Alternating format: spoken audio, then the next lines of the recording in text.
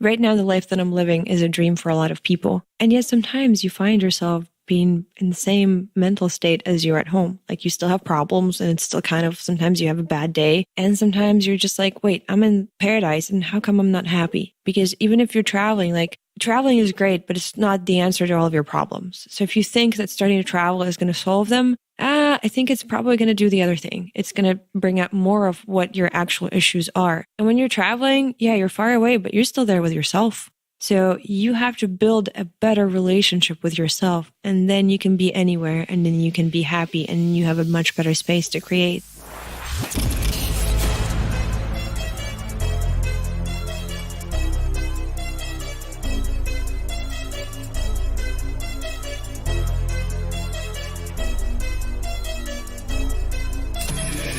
This is the Maverick Show, where you'll meet today's most interesting real estate investors, entrepreneurs, and world travelers, and learn the strategies and tactics they use to succeed. And now, here's your host, Matt Bowles. Hey everybody, it's Matt Bowles. Welcome to the Maverick Show. My guest today is Lydia Baikalova. She is a location-independent entrepreneur, a photographer, a world traveler, and the co-founder and owner of The I Do Photography, one of the top-rated wedding photography and videography companies in Los Angeles. Her company has done over 800 weddings, taken over 2 million photos, and received over 300 five-star reviews and numerous prestigious awards. Originally from Kyiv, Ukraine, Lydia moved to Los Angeles in 2010 to pursue an acting career. She started her photography business with her brother in 2012 with just a used camera and one lens. Over the past 7 years, Lydia has scaled her business to 20 shooters, 5 editors, 3 managers, and automated it so that she is no longer required to shoot or manage on a regular basis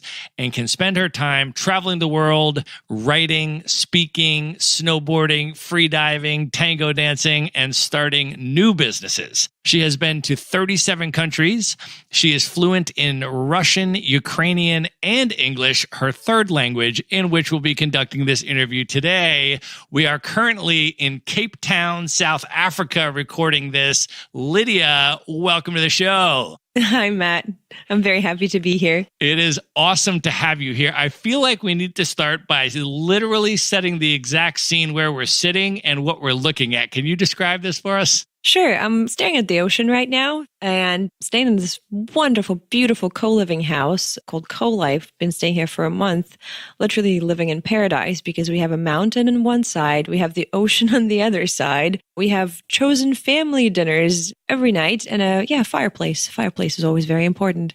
So I'd say this is a pretty cool spot to record this. Good choice. It's amazing. Yeah, the scenery we're looking at is literally insane. If anyone has not been to Cape Town, I feel like for me, it's definitely in my top, I would say 2 or 3 most naturally beautiful cities in the world. It's just, especially on the coast, it's just dramatic, stunning landscape. And we're literally looking at that as we're speaking here today. Can you talk a little bit about how your experience in Cape Town has been? You've been here for at least a month now, right? Yes. I came here to stay with some friends in an organized co-living house.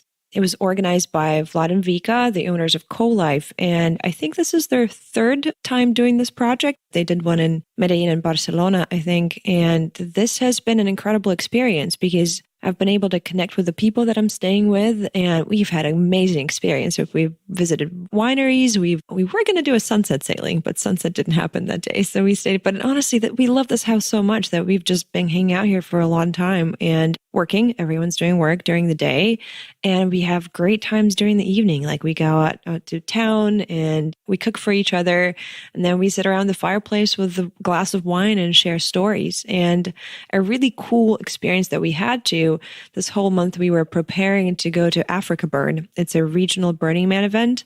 And we just got back from there, 2 days ago. So I think we're all kind of still getting used to normal reality, just getting back in the flow of things. But it has been a really amazing experience. I think co-living is probably going to be a big thing in the future. It's a new way to live for a lot of people because we're all missing community, and this is how you can get it. So if you haven't tried one, I would highly recommend it. Can you talk a little bit about the Burning Man concept? They obviously do a Burning Man event in the US. They do one that you just went to here in Africa, and they do them a couple other places around the world. But can you talk for people that aren't familiar with the concept of Burning Man? What is it? What are the principles? And what has it meant to you in your life?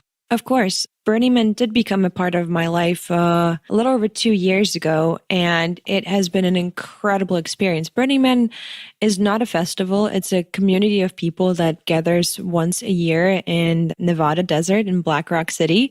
It's 75,000 people currently, and I think it's growing every year. And the beauty of Burning Man is that it's based on these beautiful 10 principles. So the principles are like radical self-reliance, radical self-expression, gifting, communal effort, participation. It's really, really awesome because it's a very alternative way of a society to live. Even though it's only a week, the city arises of the dust for just that 1 week, and then it goes back to absolutely nothing. One of the principles is also leave no trace. So people don't leave anything there. You don't even really dump the water on the ground. Whatever you bring with you, you take back. And one of the other cool things is there's no money. And there's nothing that's commercialized. You can't buy anything at Burning Man except, I think, for ice and maybe coffee at the center camp. But you will get a lot of stuff because one of the principles is gifting. There are a lot of camps. A lot of the beauty of it is that people create these camps. And we did one at Africa Burn. Africa Burn is a regional event that's taking place in South Africa. So it's like a mini Burning Man in Africa. And we were creating a camp actually this time called the Vagabonds. And our camp had a sauna, which one of my friends, Sam and Martin, they built the sauna, which we gifted to people in the desert. Anybody could come and enjoy the sauna. And we also did massages and guys did workshops. So it was really a very cool camp. And Vil, who organized it, I think he did an amazing job with it. But that's one of the cool things at Burning Man is you can find a lot of different camps, and it's the randomness of it. You'll start out your day and you'll go to one place. You'll go to like a tea house and you'll have some tea and you'll meet some people, and then you'll get on an art car and you'll go see an art piece. And by the way, the art is incredible. Most of the money, I believe, that's gathered through tickets goes to sponsor these art projects. So I think Burning Man is the best place to see true modern art, because you have the desert and it's an incredible landscape. And if you guys are not familiar with Burning Man, just Google some photos and you'll see this incredible post-apocalyptic type look where it's these people in the desert. They're all dusty, but the art is just amazing. Like, honestly, some of the most beautiful things I've ever seen. And so random too, because the things that people create, I feel like it's a playground for adults. People there in many ways it reminds me of how people were meant to be, because they're playful and they're enjoying life and they're trying new things, and they're not limited by these boundaries that we set for ourselves in society. And it's so beautiful. And I think it's more viable because it is only for a week, because I think that way to live would be very hard in the long run. I think it's possible, but we're not used to that, where we'll have to seriously restructure our brains to be able to do that. But yeah, I think Burning Man is amazing, and it's probably the closest thing to religion that I could see myself practicing now. These amazing 10 principles where you just love other people and you want to gift and you want to be open to things. It's really, really awesome. And actually last year I brought my parents to Burning Man. My parents and my brother and some of my friends, and my parents absolutely loved it. And take a note, they're not like hippies or festival type people. I don't think they've ever been to one. They loved it so much, and we're all going back this year again. Wow, that's incredible. So now, is this your first time in Africa? Yes, it is my first time at least in Southern Africa. I think I've been to Egypt once, but that's a very different Africa than here. But yeah, one of the reasons I came to South Africa is for Africa Burn. And although there were some differences, some of which I liked, some of which I didn't, but I think it's also an incredible option for people, because it may be a little bit hard to make it to Burning Man in the States because you need visas and it's kind of expensive. It does add up because you need to bring everything with you in order to survive in the desert, including food, shelter, how to remove garbage, like gray water containers sometimes, like a lot of stuff. In Africa, I think it's a little bit easier. Tickets are a little bit easier to get to, and it may be cheaper for people from Europe, for example. It may be an easier place to get to. So yeah, if you're not able to make it to the big event in the States, then Africa Burn's your way to go. Awesome. And can you talk a little bit about your broader lifestyle design choices and structure right now? How are you designing your lifestyle? How much are you traveling? How long are you staying? How are you choosing where to go and so forth? Sure. I'm a part-time nomad, so I travel about half my time. Usually it's about 2, 3 months on, 2, 3 months off. My home base is Los Angeles, California, and my family lives there. My mom, my stepdad, and my brother, very, very important people in my life. So this lifestyle allows me to see them a lot. We actually share a house in Los Angeles by choice because that way I can see them more when I'm there.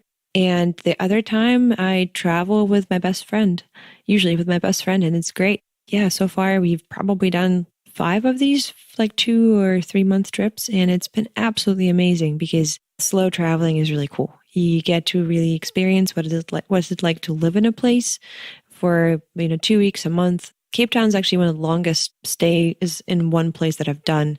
And I really like this. I think this is really, really cool to be able to feel like you have a home and then have another home. And actually, this house has been so awesome that I'm definitely going to miss this. This is probably the most luxurious house I've ever stayed at. So yeah, this is kind of like a whoa, big check mark. Live by the ocean, wake up every morning, walk out on the balcony, listen to the waves as you're going to sleep. Yeah, I'd say this is good life. That's amazing. All right, let's talk a little bit. Let's go back and talk a little bit about your journey and how you got here to this particular lifestyle. And maybe we can start all the way back in Ukraine and maybe just talk a little bit about what was going on in Ukraine in terms of your entrepreneurial roots and, what was going on with you professionally and what brought you to LA. Sure. It's been a long journey. I was born at a very young age. I did live in Ukraine until I was 23, and I kind of got lucky with my English because I had American friends growing up. So I started speaking fluent American English at about 13, which I think gave me a lot of opportunities because language can get you places. But the cool thing about my entrepreneurial endeavors is that I come from humble beginnings. My family was never rich. And I knew that if I don't do it, nobody else will. So I knew that I had to make my own money. I had to support myself and at times also help my family. My mom taught me so much because she supported me and my brother and she raised us to be the people that we are now. She's the most incredible woman. She picked up yoga like 7 years ago or so. What am I saying? Less, probably 3 or 4 years ago. And now she can do the splits. She can stand on her head. She keeps stealing my clothes all the time because, they fit her. And so, yeah, like my wardrobe now is not just my own anymore. She's just an incredible person, always looking for new stuff. And I saw her journey from being somebody that's always troubled and worried. And, she had to provide for 2 young kids in an environment that wasn't exactly great. The Soviet Union just fell apart. Money was very hard to make, very, very hard to make. At some point, I think we survived on $40 a month or an equivalent of $40 a month. And I learned a lot from her. I learned how to hustle. And so she's a musician, so she wasn't made to hustle, but she had to. So she figured stuff out. She figured out how to raise us, how to make us into good people. And she was so, so loving. I think the only way I didn't come out broken and all kinds of bad is because of how much my mom loved my brother and I. So I started hustling pretty early. Once, I could speak English at 13. So I did interpreting for these church groups at that point because there were a lot of missionaries coming to Ukraine. And so I would translate for them. And that's how I started making my first money. And then I graduated high school at 16 and I needed to go to college and I needed to pay for college. So I thought of how in the world am I going to do this? So I sat down and I opened I think there were still phone books at that point or something where there was information. And I called every travel agency and every translation agency that I could find, asking if they would hire me. Let's just say nobody was super excited to hire a 16-year-old. So they didn't give me a job, but somebody did say that, hey, I have an American friend who's looking for an assistant. So I think at that point, actually, I was 17. So yeah, I started working for this American guy, just helping him out, translating whatever I needed to, running some errands. And at that point, when we went our separate ways, I thought, okay, what can I do well? What can I do well? And I get a lot of good ideas in the shower, actually. Like, lots of my great ideas are coming when I have this like hot water. I'm away from the world, just kind of being there with myself. And I thought, well, I can talk to foreigners very well. They seem to see me as this link between their world and my world. So I could do that. And I came up with Kiev Assistant, which was the way I made my money for a few years. I paid my way through college. I paid for traveling with that, along with some of the acting gigs that I was doing. But yeah, that was a really, really cool way to meet a lot of people. I was only working about 10 days a month, and I was making close to $1,000, which in Ukrainian terms is pretty damn good. So that was a very successful project. And then I understood if I put something together and I put an effort into it, it happens and then things work out. So, let's do this again. But yeah, I put an ad in the local map, the map you used to get at the airport when you get into a city. And I would literally go up to people that I thought looked like foreigners in our central street, Krishadek, the central street over city. And I would just tell them like, hey, I'm Lydia. I do interpreting and guiding. If you need an assistant or any help, you can call me. Here's my business card. And that was a great lesson. I did that for a whole summer and I got work out of that. But I also, as I realized later, I got over this fear of coming up to people and asking them for something because you deal with a lot of rejection, but you also get something good out of it. But yeah, sometimes you come up to 10 people and they're all weirded out, but you don't die. Nothing bad happens. And then you're like, wait, failing isn't that scary. So that taught me how to do that. And I think it helped me so much in the future life. So if you guys have never done like a failure challenge of some kind, do it. It's going to make you a better person. I agree with that 100%. Anything in life, especially business, which is based on sales and selling, you better expect to be turned down 9 out of 10 times. Everything that you're going to sell, no matter what it is, no matter how amazing it is, and you need to be prepared for that. Yep. And I think, in anything else, I'm sure in the acting experience as well, in terms of auditions. And I mean, I have never done acting, but I've certainly lived in LA for about 7 years. And I know a lot of people in that space. And I mean, you just better be prepared to be turned down more than 9 out of 10 times, for acting auditions. I mean, any space where you want to be really successful, you have to be prepared to be rejected the vast super majority of the time. I agree. But learning that failure is not the end, it's a learning experience and a stepping stone is what's going to make you successful at the end of the day. It's the grit. You just got to keep trying and keep trying and keep trying and keep trying until you get there or until you don't want to get there anymore. So it really depends. But yeah, I think failure is a great tool. Yeah, 100%. And rejection is a great character building experience to enable you to continue pursuing on and pursuing on and pursuing on. And eventually that's how you succeed or build something or move forward on your path, whatever that may be. So, okay. So then from there, what was the acting part that was going on in Ukraine and what initially made you decide to move to LA? During this whole time, when I was about 15, my friend and I were sitting in a mall, I think like a food court in a mall, and we asked this lady next to us to take a photo of us. And she did that. And then she gave us her business card, and she was a casting agent for a production company. And I thought, why not? So I went to my first audition, and luckily I actually booked it, and I got my first commercial when I was 15 in Ukraine, and it was a big national commercial. So that was really cool. And ever since then, I just started doing these acting gigs, mostly commercials in Ukraine, and I did pretty big national campaigns at that point, and it was so fun. I loved it so much. I mean, I knew that in Ukraine, an acting career isn't a viable choice because there isn't much of that going on. I can't say that I was in love with theater then. I love it a lot more now. But still, usually film is the medium that I prefer because I love creating something that I can rewatch and something that lasts. And yeah, so just doing these commercials made me really want to do this more. And then when I had an opportunity to go to the US and try doing this professionally, I did think about it long and hard because that meant leaving my family, leaving my business, leaving everything that I've built and starting from scratch in a city that I don't know particularly well and where I don't really know anybody except for a few acquaintances. But I'm very glad I took the risk. Honestly, it was probably the hardest thing I've ever done. My first half a year in LA were miserable, lonely, and very hard. I cried on the back of the bus very often. And I did think about coming home, but then, if I came home, I would have failed myself because I didn't give it my best and my full effort. So I stayed. And then a great miracle happened 2 years down the road. My mom won the green card lottery. So the rest of my family was able to move to the States and stay there. And that was kind of like okay, like I think this is something I actually got to do and a place for me and a place I got to stay.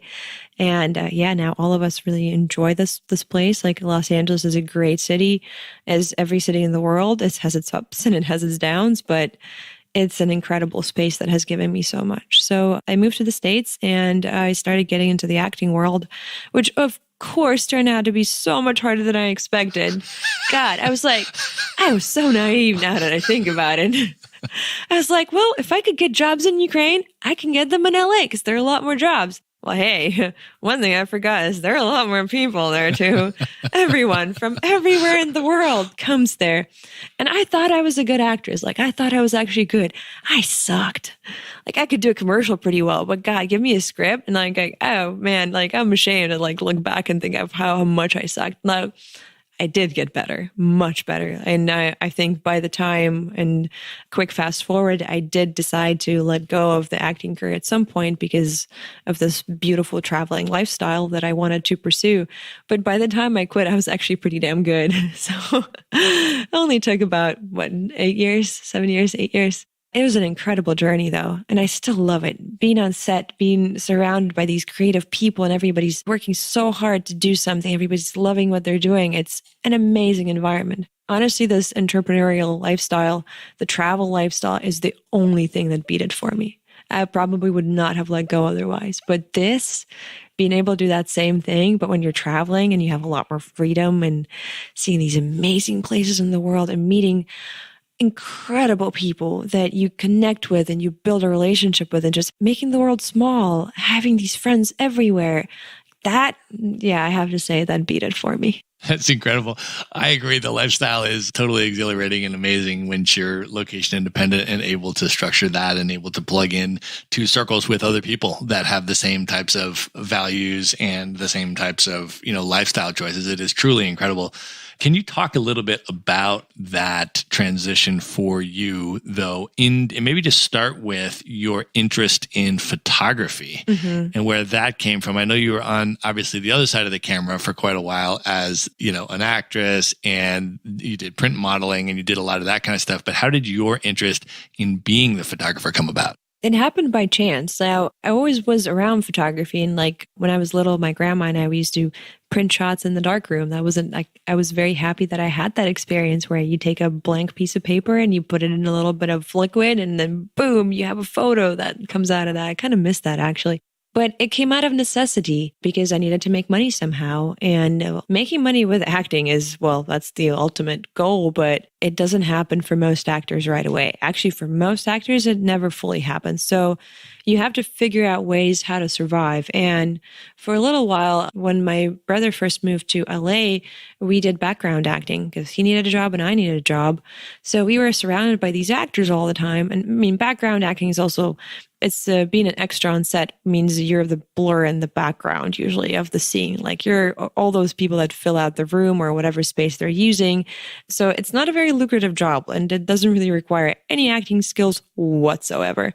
But it's a very interesting environment. I wouldn't recommend doing that for a long time, but if you're in an environment where you can do a little bit of that, try it. It's super, super fun. But we were surrounded by these actors and we thought, okay, so how can we make money here? Because we're in this environment and they all need something. So what can we do? So we thought we were going to do these actor packages, which would have an acting website, business cards, and headshots, which were very important for actors. But the problem was neither one of us was a professional photographer. Like we were both kind of hobbyists, but we didn't really have the equipment that it took. So we had a choice to hire somebody, but then we would have to deal with them all the time. And we weren't sure we could make it work in terms of money where we keep paying somebody for it or learn it. Actually, just learn it. So we went to Sammy's camera. Neither one of us had enough credit to actually buy a full camera. So we got 2 credit cards and we split the used camera payment. It was a Canon 5D Mark II at that point. One lens, it was an 85 1.8 Canon as well. Great lens, by the way. Still use it sometimes. And we split that camera between the 2 of us. And that's how we started. I asked a friend to give us the rundown of the basics. We watched a lot of YouTube, everything we could get our hands on, how to shoot, how to do this, how to do headshots, especially because that's what we were trying to do. And we got really good really fast. We lagged that camera everywhere. We took pictures and sibling rivalry really helps in getting good. Because we would show off our pictures to each other. Like, look, here's what it took. We're like, oh man, he did so well. Like, I'm gonna go take some pictures now. And we would play around with it. We would play with macro rings. We would try everything on earth that we could try. And like in probably 2 or 3 months, we were at a point where we could start charging money for what we were doing. And we created great product. Like it was always a thing that was very important for us. Provide great value, provide very good quality. I think we're both like on that mindset that if you're going to do it, either do it well or don't do it at all. So whatever we're doing, both me and my brother, we get it to a point where it works really well. And so with the photography, we started doing these headshots. Also, we would take every photography job that we could because then, like $100 was a fuck ton of money. And so you want to give me $100 for a couple of hours photography? Done. No problem. It's practice for me. It's money for me. It's photos for you. It's connections. It happened. And so one of the ways that happened was somebody called us to do a wedding. And we're like, come on, like we don't shoot weddings. Like, you sure you want to give this responsibility to somebody who doesn't do it? And they were like, well, we don't have much money. So you can take the pictures. I think we charged something like $300 or $400, which now is kind of funny, for photo and video for a wedding. So very quickly, we also had to figure out how to do video. We did give them a very big disclaimer of, I have no idea how good this is actually going to work. But it did work out well. We rented some really cool lenses. We rented more equipment. We thought of how can we do this well? Funny thing is, one of the pictures from that wedding is still a picture we use in our portfolio.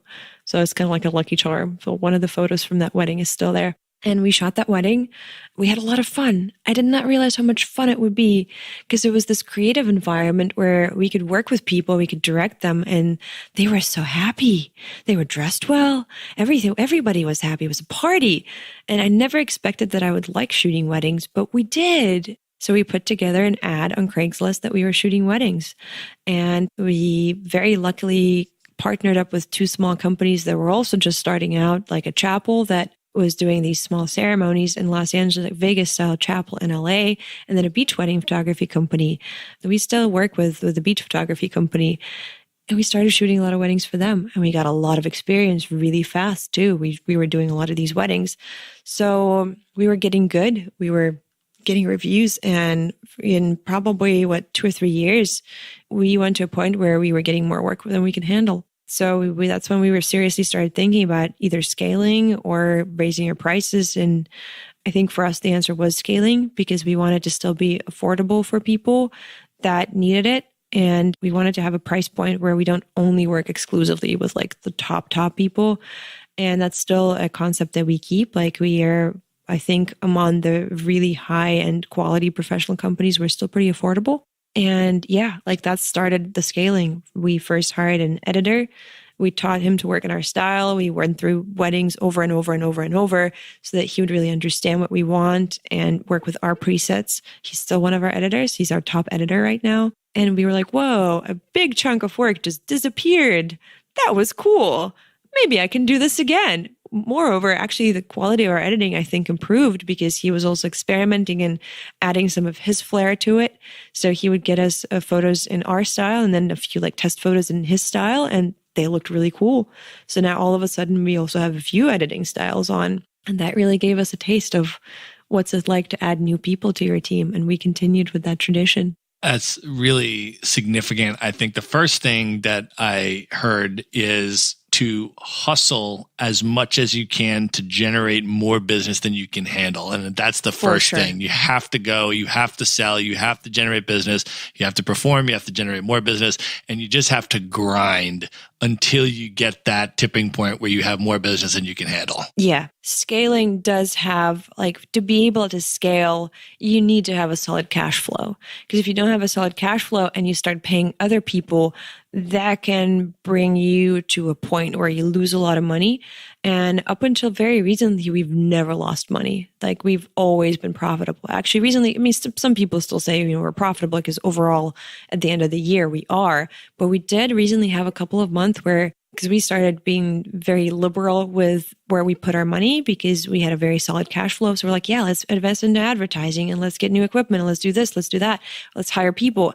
And so when a pretty crappy season hit, winter is our low season, all of a sudden we were losing very big amounts of money. And we're like, whoa, okay, well, this is a good lesson. There was one good thing about it because this was always something I was really afraid of. And then it happened. And then I'm like, okay, what? I think I survived. All right. Well, cool. Now I'm not as afraid of it. So yeah, and in a way that's another failure, but it also prompted us to make even more changes and we started perfecting even more now. We started creating better systems. I think we're going to, we have very strong guidelines for our photographers and we have a Bible, like an 80-page guide for how to shoot weddings that we created that was based on our style. But I think rather than just having it as a written guide, now we're going to turn it into a video course. And I think we're going to be able to communicate even better how we want people to do stuff. And then, of course, before we hire a photographer full time, we do lots of photo reviews. We work on stuff so that they can perform on the same level that we perform. Can you talk a little bit about the scaling process from the start and how someone should think about the principles of scaling when they're at that point where they've hustled, they've generated more business than they can handle, that they want to scale? Can you talk about first step, second step, and how to think about it and how to do it properly? Of course. For us, it was a lot of hit and miss, and it took a while to figure out how to do it properly. And I think we're finally at a point where we have a pretty good formula. But a lot of people think that it's impossible to scale or automate a service-based business. It's not. When you're an entrepreneur and you're doing everything yourself and you're doing it super well, I had the same feeling where for a long time I felt like I'm the only one who can do this. And yes, you're the only one who can do all of it. But when you break it down, all of a sudden you understand that there are people who can actually probably do it better than you. And in terms of the cost of labor, a lot of the times, like for example, with photography, a lot of photographers just want to shoot. They don't want to do the business part of it because that is honestly the biggest hustle is the business part of it. And so we're giving photographers an opportunity to focus on what they love and what they do best, which is take pictures. And then we're giving editors a chance to edit photos, and it's what they do best. They edit photos. So everyone's doing their part. And you can charge more money when you're doing everything yourself. But when you break it down, actually, you can just give the person the amount of money that their specific skill costs. And a lot of the times that skill is going to cost less than the combination of it if it's just you, because being able to do everything yourself is a very valuable skill. And that's probably why you're getting so much money for what you're doing. But there's also proper steps to how you can actually get it to a point of automating. And this is breaking it down a little bit. So first you got to look at your processes. Like, what are you actually doing on a daily basis? What do you do all the time that generates you money? And first thing that you do is you eliminate the unnecessary. So if there's anything in your process that really doesn't bring you anything useful, and a lot of times we do that. Like we think, oh, like right now, let's do Facebook because maybe one day it's going to bring me something. But for example, right now, maybe it's best for you to focus on something that will generate you money now or something that's going to be more useful. So you got to pick and choose because you only got 24 hours in the day and you want to use those wisely. So you eliminate something that's not necessary at the moment. You may come back to it later, but you got to be wise and you know your own business. So this is how you're going to determine what you're going to eliminate. Second step is automate. So once you have determined the processes that are happening, you want to see which of those processes can take place without you. For example, you can use a CRM what we use is a CRM called Streak that integrates into Google, which helps us to sort our mail into categories where we know, okay, this is sales, this is this is that. And it's going to automatically send out follow-ups. So we can set up a system of follow-ups that are going to go out automatically where we don't have to do it manually. And there are a lot of really good other things like statistics that you can pull out of that. Because at some point we were like, oh, we don't need that. But when we were little, when we didn't need that, right now we do.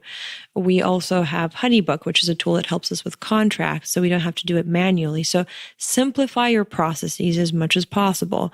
There are a lot of great tools, and it depends on the size of your company. For a long time, we didn't need any of those tools because we were small. I kept everything in my head. Now, well, let's just say if I kept everything in my head, we would have failed a long time ago. So look at what software you can use or what automated tools you can use to be able to do less. And once you have done that, what you have is the actual physical part of the work that you need to delegate. In our case, and there's a difference between a product-based business and a service-based business, because with a product, it's still a product. And once you've automated, there's maybe not so much that needs to be delegated. In our case, if it's a service, that's your main thing. That's very important that you don't fuck it up, because if you got to a certain level of quality, and I do recommend having a very high level of quality for whatever it is you're doing, because then you have a lot more leverage. Even if you're doing something cheaply, do it cheaply, but in a quality manner. So for our service-based people, the process takes up a little bit more time, because delegating that part isn't just shoving it on somebody and saying, you do this. We had to go through steps to figure out the system. And at first we're like, okay, so we're going to hire photographers. So great, let's hire photographers. So we found people that were really good, interviewed them, but at that point we didn't really have a big training process. We would just kind of give them the basic rundown. But then what we discovered is, although they were taking really good photos, they weren't really our style. They weren't really what we were selling to people. So we're like, okay, let's backtrack here and think about this. So we thought we're going to train people more. So the second round is we would get people, and then they would go on weddings with us over and over and over again. And we would show them the ropes. They would watch us shoot. And we thought that's going to do the trick. Well, not really. People would still forget, and they would still fall back, because wedding is a very stressful environment, and you usually fall back on what you usually do once you're in that, like, okay, now or never, got to do this now, or it doesn't happen. So people would still very often still do what they're used to doing. So we realized that they forget the information that we give them. And that's when we sat down and I wrote the Wedding Photography 101 is our 80-page guide for photographers and how to shoot weddings. And then we started combining some of the in-person training and the guide. And that's when it finally really clicked, because we were able to do that. And then through that, and then doing some photo reviews, going over pictures and saying, hey, this works, this doesn't, let's change that. This is great. This is where it was really a point where we were like, okay, this is working. However, how do you create that training guide? It wasn't really until I sat down and wrote it that I realized how I was doing things, because it was all in my head and then it was all on paper. So what you do is you sit down and you figure out what makes your business your business. What's different? Why do people hire you? In our case, it was while everybody's using tuned down tones, because that's what's really popular right now, we were still using bright colors in pictures. So everybody that wanted that was our niche, like our brightness and colorfulness and vibrance in the photos.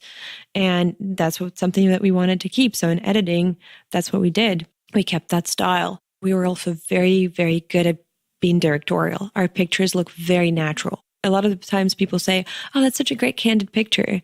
And we're thinking, yeah, that's a very well-directed picture. And that's why you think it's candid. And actually, a lot of times in wedding photography, people are like, yeah, those candids is what I want. And then we have to gently explain to them that you want somebody that's good at directing, because a lot of good candids happen naturally. A lot of them don't.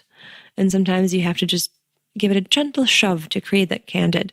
So we brought that from the acting world, as how do you direct people so that they look very natural in front of the camera, so that they feel comfortable, so that they're enjoying the process. And so we put that in the guidebook, put the apertures that we were using, we put the settings that we were using, we put the positions that we were shooting things from. And all of that was what made up our style. We also had a communication style. How do we talk to clients? We make it very casual. We make it very easy. Like, it's their wedding day. We want to be a part of the fun. We want to be somebody that makes their wedding day better and not worse. Like, we don't want to be those serious people. If we wanted to be serious people, we'd be in corporate. So we brought all of that to the table. So you got to sit down and figure out what makes you you. Why do people use you? And a lot of the times it's something that's not obvious. It's something like you put them at ease in your communication style, or you do your job in a very timely, efficient manner. And all of that is what's going to create your Bible to automating and to delegating, because you want to teach other people to do that. And through you teaching them to do that is how you create value in those people. They bring their skills to the table, you give them your skills, and they become a very valuable professional that works for you. The cool thing about growing, though, is all of a sudden you have all these new skills. And you have all these people who are bringing their stuff to the table too. And all of a sudden you can offer more. So now we're able to offer a few different styles. And it's generally the same style, but it's a little bit more flair. Like some of our stuff is a bit more light and natural. Other stuff is a bit more epic and dramatic. And now we can offer both because we have a team that's able to do both. And that's really awesome. So yeah, don't think that you're the best thing in the world for your business. Sometimes letting it outgrow you is the best thing you can do for it. Totally agreed with that 100%. And then at that point, can you talk a little bit about managing a team and how do you run a business as you're scaling it? What is your responsibility as the business owner? And how do you make sure that all the pieces are continuing to work in the most optimized way possible? Of course, I think the thing to realize is that as a business owner, everything is your responsibility. And when you're starting to scale, that's very important to realize. So if anybody else fucks up, ultimately, that's your fuck up and you're responsible for it. I think integrity is a big thing because if your people look up to you and they see that you're true to the cause, you value quality, you value this fun, and you have respect for your team, I think those are very, very big factors. And I feel like, at least I hope that in our company that's true. But I think treating people with immense respect is a big thing. Also, giving them the time of day, like letting them do their creative thing, because micromanaging does not work. You want to put out your knowledge there and give them the knowledge and then hope that it works. And honestly, sometimes it doesn't. I've also unfortunately had people where things didn't work out and we had to let them go. But then we've had amazing people who have stayed and we've built amazing things together. Moreover, actually, when we started hiring a manager, we started growing because when I was trying to do everything myself, wasn't able to give it the proper time. And then the moment we hired a manager and we were able to give more in the packages because of outsourcing, we doubled our business. Wow, that's awesome. I would love for you to share some photography tips. I have actually personally had the privilege of being in one of your photography workshops, which was amazing. Thank you. And I think that one of the ways that you really differentiate yourself and you've been able to differentiate your company is in the creative, right? And a lot of the stuff that you're talking about in terms of direction and in terms of what you're actually able to produce. If two different companies shot the same wedding, your pictures would look different than the other companies. And you've created a very distinct, I think, differentiation, which I believe is largely, why you're winning these awards and you're getting these reviews and you're doing this kind of stuff, because you really have an incredible creative product that you've been able to do. And that also flows through to your personal Instagram and all of the photos that you're taking in your personal life and everything else, which is amazing. And I'm going to recommend that everybody start following you on your Instagram because it's totally off the chain. But I'm wondering if you can maybe give some general photography tips for anybody, right? People that are even just taking their own Instagram photos or they want to look better in pictures themselves or things like that. Can you talk a little bit about the theory and the concepts and what people should be thinking about in terms of taking better photos? Of course. And this is something that I actually brought from the acting and directing world into the photography world. There are a lot of people that are going to tell you how to take a good picture, how to use the lighting, and even how to use the posing. Although some things that I saw in the posing videos when I was doing research for my workshop were really, really funny. It's like how to hold stick out your chin. It's like, really? Yeah, there are a lot of really weird things out there that are circulating. The most important thing and the thing that makes a picture is your eyes and your face. I mean, of course, yeah, you can take big wide shots and it's a little bit different. But if you're talking up close and personal photography, portraits, and somewhere where you can see the face, even if everything else is great, but your face is stuck in the fake world, you're trying too hard and you're faking the smile, you're kind of putting on that emotion, it's never going to speak to people. It's never really going to tick that box of, ooh, I really connect with that picture. And here's where this interesting thing comes forward, because when somebody points a camera at you, you start thinking about yourself. You start thinking about how you look. You start thinking, do I look good enough? Did I work out my hair the right way? Did I wear the right clothes? It's like, oh man, that zit on the middle of my forehead is really the wrongest thing that can come out today. So all of these thoughts are pointing to you. And that's where the problem comes in. Because if you're thinking about yourself, okay, so if you were in a room with a person for 2 hours, would you rather be locked up in a room with a person that's focused on solemnly themselves, or whether they're focused on you and their energies flowing back and forth? You don't want to be locked up with a selfish person. So a picture is the same way. You don't want to be looking at a picture of somebody that's solemnly thinking about themselves. You want to be looking at a picture of somebody that's interested in you or something else, somebody that's driven, somebody that has a passion. So very simple trick, you shift your focus. You take your focus away from yourself and you focus on something else or someone else. And it can even be something that's personal to you. It can be in your head, but you got to get out of that mindset of how do I look? What am I doing? You got to look at either your photographer or, if there's a fucking beautiful tree, look at the damn tree. It's amazing. It's incredible. Take it in, take in every leaf, examine it, look at the sunset, look at the horizon line. And if you have to look at the barrel of the lens, then be interested in your photographer. They're the most interesting person in the world right now. Give all the love that you can to that camera, but shift your focus away from yourself.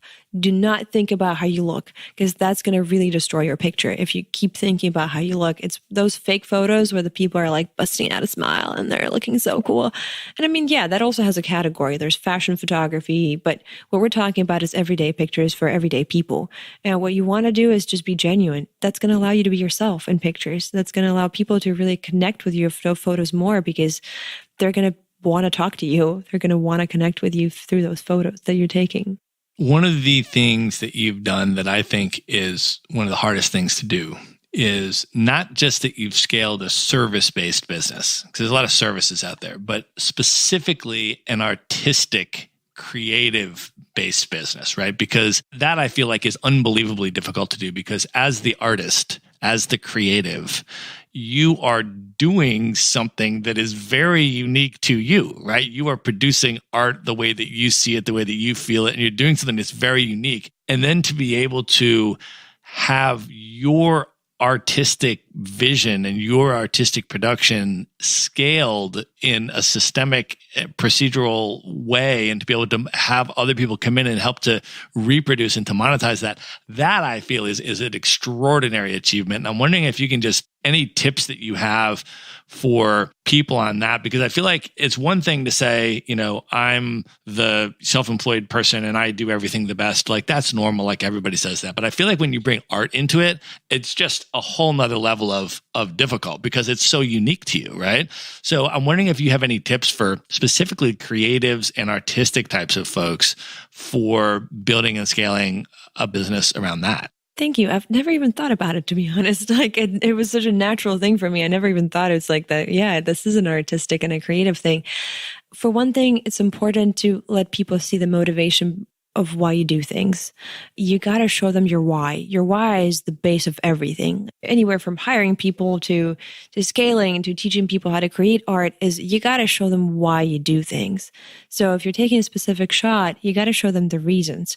And also you got to let them bring their own creative view into it too. And I think that's what makes things better.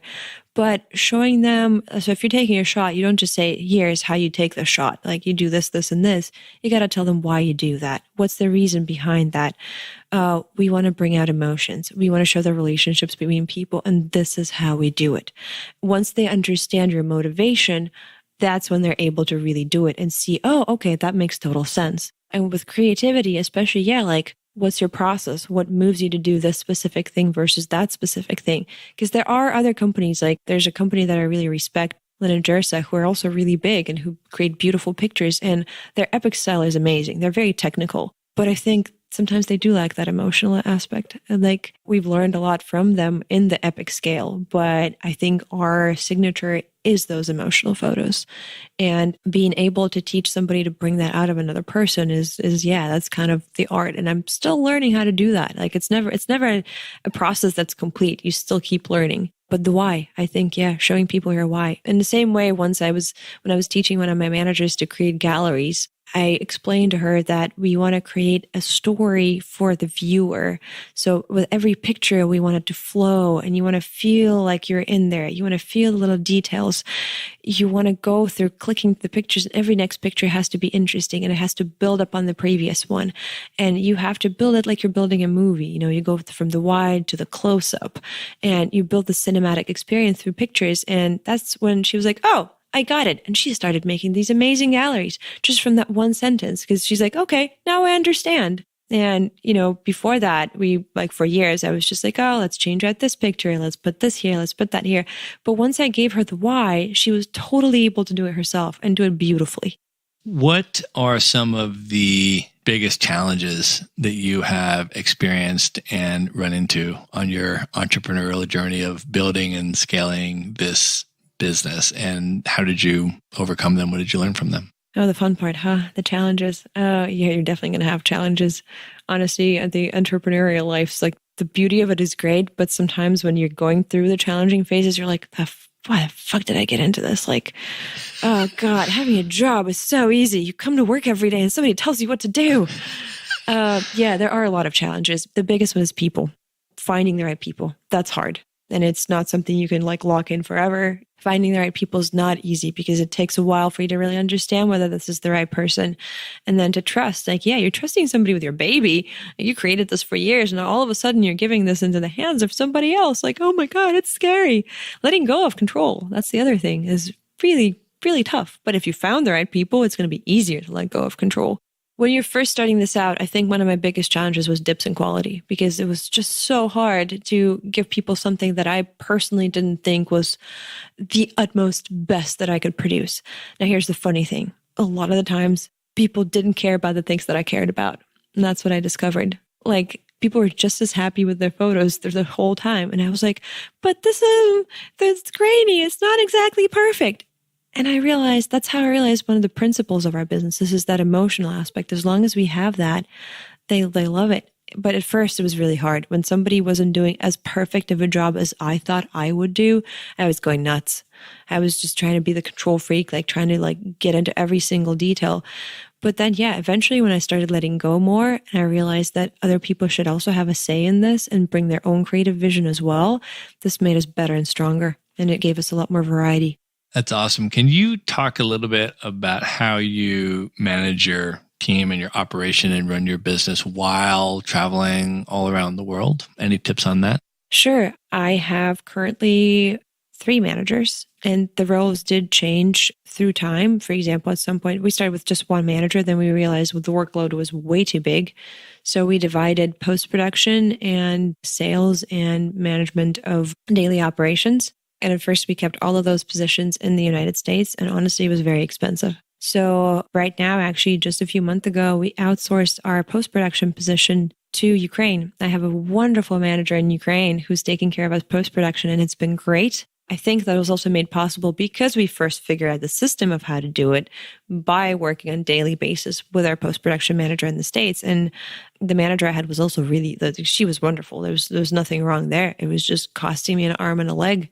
And now it's cheaper and we still have the same quality, which is incredible. So one of my persons is in Ukraine. So that's already remote. And it doesn't matter where I'm managing from, whether I'm in the States or not. Then the other manager is in the States, and I still have my original manager, Christina, who's absolutely wonderful. And the only reason actually we had to hire a second manager now is because Christina had a baby and she wanted to spend more time with her family.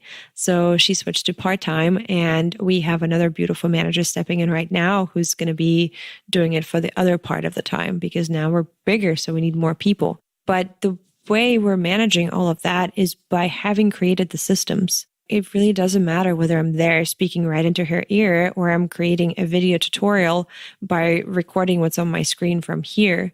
And then I also have a lot of training materials.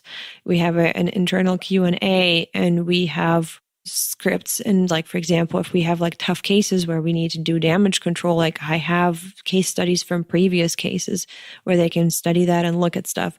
And then also I'm mostly available. I'm around the world, but they can contact me at any point. So really, you'll be surprised how not necessary your physical presence is in so many options and times. And for the photographers too, like I've already created these systems. Yeah, I spent a lot of time creating them when I was doing that. And I was like losing sleep and getting, like blue circles around my eyes at that point, thinking, why did I get into that? But once it's done, it's done. And that's the beauty of it. Like once you've created a system and you've documented it, and you've documented it in a way that's understandable for other people, you're not really as necessary anymore. So creating all of those systems and just making sure that people understand that, answering questions. We have phone call training too. Like how do you talk to people on the phone? And most of the time, people just want to be heard and understood. You want them to feel that you care about their problem. And the trick to doing this is to fucking care about their problem. Totally agreed. Totally agreed with that. Let's talk a little bit about travel now and your travel lifestyle and your choice to travel in general, I just want to start off, I think, with a broad question and ask, why do you travel? What does travel mean to you? Why do you choose to travel? I have a counter question to you. Why would you not travel? Why would you not want to see this beautiful, amazing planet with everything that it has to offer, meet different people, grow as a human? Traveling always puts you in this environment where you're forced to grow because you always have some adversity. And adversity is not bad if you learn how to understand it correctly. But when you're traveling, like, you're not in your own comfy little bed. I honestly don't know how to stay in one place for too long anymore because, unless I have something that helps me grow there. But it's just when you're falling into a routine, and unless your routine is very conducive to growth, I feel like I get depressed when I'm in one place and not doing anything that prompts me to become better. But when I'm traveling, yeah, even like having to book new places, getting to somewhere and there's no hot water, having to choose food. That's also it's surprisingly a big challenge, like food when you're traveling. Going to a restaurant, you're not guaranteed to get the same menu you have at home. And a lot of times you order something, you're like, this is not like anything I've had at home. You order a caprese salad in Argentina and you're like, why in the world is there cheddar in here? So you get a lot of the stuff you didn't expect. And then how you deal with that, how you choose to deal with any situation that's not easy and perfect, it just forces you to think and to be more present in your moments. And that's what life is all about, being here now. And when you're traveling, you get a lot more of here now. Can you talk a little bit about the skill development that you've been focused on in some of your travels and some of the things that you've been choosing to learn and experience as you've been going around the world? Yeah, I do have a big knack of picking up new skills. And a lot of those skills are extreme sports. It just so happens adrenaline is a really fun thing. So a lot of the times when I'm in a new place, if it has something really, really cool to offer, like, although this is not an extreme sport, but like in Argentina, like in Buenos Aires, not doing tango is a crime. Although tango is a lifelong relationship, as I understand now, but boy, is it a beautiful one. So when my friend Julie and I were in Buenos Aires, we started taking tango lessons, and we carried it back home. Like, we started tangoing back in LA when we came back. In Brazil, there's a beautiful, perfect environment for kite surfing in Jericoacoara, Brazil. So we took some kite surfing lessons, and it was a lot of gulping water and a lot of falling flat on your face. But that's so fun. It was so cool because you're constantly in places where you can learn something new. And when you learn something new, I don't know about you guys, but that's like one of the best feelings in the world.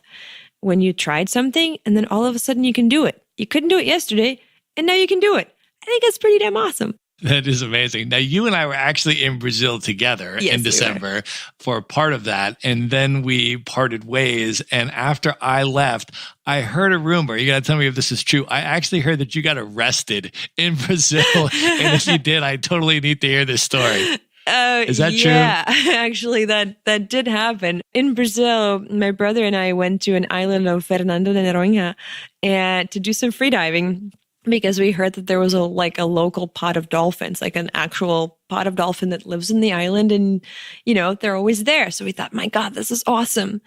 So we get to the island, and one of the mornings, we learned where the dolphins hang out. They hang out at the port early in the morning. So we get to the rocks, we get on the water, we put on our fins, and it was a tough, rocky entrance. And, we swim out in the hopes that the dolphins are going to come. And the dolphins swim up to us. And it was one of the best moments of my life. They're incredible creatures. And oh my God, dolphins in captivity are all cool, but dolphins in their natural environment in a pod, they're so curious. They swim around you. They're like, "Oh, hi, human. What are you doing in my waters? Why are you here? Hello. Oh, you're so cool. Oh, you got fins on. Yeah, I got better fins. I can do this better than you. Look at what I can do. This cool thing. I can swim all around. I can turn around." And you're just looking at them, and you're in complete awe of how beautiful this planet is. So we had this incredible moment, right? Dolphins, come on, in open water, what can be better than that? And we're like, okay, we're getting out, we're like, oh man, that was incredible. We succeeded. We're so happy. We get out to the rocks, and there's this ranger that's showing us a badge, and he says something in Portuguese, and we're like, okay. So we get an understanding he wants us to come with us. Anyway, long story short, we basically got arrested because we were taken to the station because apparently you were not supposed to like swim towards the dolphins, which we had no idea because it wasn't like any kind of common knowledge. And this was not in the marine park. Like usually marine parks have pretty strict rules, but this was in the port. So like we had no idea that this was also like some kind of a protected area. And I mean, like what we did not have harm, but I could see why that would be a rule because probably a lot of people would be doing it otherwise. So I guess it does make sense after all. But yeah, we were taken to the station. We had a conversation for like 2 hours and they brought in this girl who spoke English and we tried to explain that, like, look, guys, if you wanted to convey this information, it would have been really great to know this ahead of time. We would have never done this if we knew that this was not allowed. So after a very long conversation, we actually ended up like really bonding over our love of the ocean and how we want to like fix the seas and get all the plastic out of them and like not have people throw straws into the water. And we like became friends and shook hands and, give each other a hug. And they even asked us to like give them a list of recommendations of what they could do to like help foreigners better understand what they want. And yeah, we did get to like complain about the trash because that island is actually very expensive and they actually charge fees to like even get on the island. So like, come on guys, like clean up your trash. And it was a really cool experience at the end of the day, but boy, were we like scared shitless for a little while. We're like, are we getting arrested in Brazil? I don't want to go to a Brazilian prison. Like I didn't mean anything bad. So yep, got arrested in Brazil for swimming with dolphins. Wow, an incredible ending of the story though. That's awesome. Can you say a little bit more about free diving, just for people that maybe aren't familiar with that? What is that? And what is that experience like? What does that mean to you? Free diving. Thanks for bringing that up. Free diving is basically diving in a breath hold. You hold your breath and then you go as far down as you can. And people do free diving differently. Like proper free diving, you go down the line and then you go up the line. It's a little bit more technical, but you can also just free dive as long as you do it safely. And always with a buddy. My brother's my free dive buddy, and he got me into this actually about 5 years ago. And it's an incredible experience like no other because in regular diving, which I also do, you look outwards, right? You go down with a tank, but you're very intrusive to the environment. You have these bubbles, you're big, you can barely move. And yeah, it's really cool for looking outside and looking all around you. But free diving is as much of an internal experience as it is an external experience. You hold your breath and you get into this different world where everything around you is like you're a visitor, but you're so blessed to be there with the fish and the coral reef and this blue, this amazing big blue. On a sunny day when you're down at the bottom and you're looking up and like your friends, your buddies all the way there, and he's a tiny little dot and you're just in a different world. You're in a different planet and you see the light shimmering in the water. Sometimes I wish I had a pair of gills that I could do that longer. Like I'd probably do the surgery. If there's a surgery, like get gills, if it didn't have too many risks, I would do that because that world, if you don't do diving or free diving or any sea activity, if you can, give yourself that gift because that world, the sea and the creatures that live in it, it is one of the most profound and incredible experiences that I've ever had, being able to share that environment, being able to dip out of this and also being able to be without air. Like you have this moment of, this is not going to last, I'll need air. I need to come back. But once I'm here, like just being able to just fully relax there on the bottom and give yourself a moment because you have that moment and not have to think about coming back and think about your air. It's really one of the most like Zen places I've ever been, just on the bottom of the ocean. It's amazing. I know that you have done a lot of amazing things, obviously, as we're talking about right now, and having a lot of incredible experiences and structuring your lifestyle in a way that allows you to have all of these extraordinary experiences. And I know that as you've been traveling, you've also been doing an increasing amount of writing and reflection and opining and pontification and all of this kind of stuff. And I'm wondering if you could share some of the stuff that you've been putting thought and effort into and why you've been writing and what types of things you've been writing about. And maybe even just starting with some of your reflections on the nomad life that you've been writing about. Of course. At some moment, you try to figure out your life. And right now, the life that I'm living is a dream for a lot of people.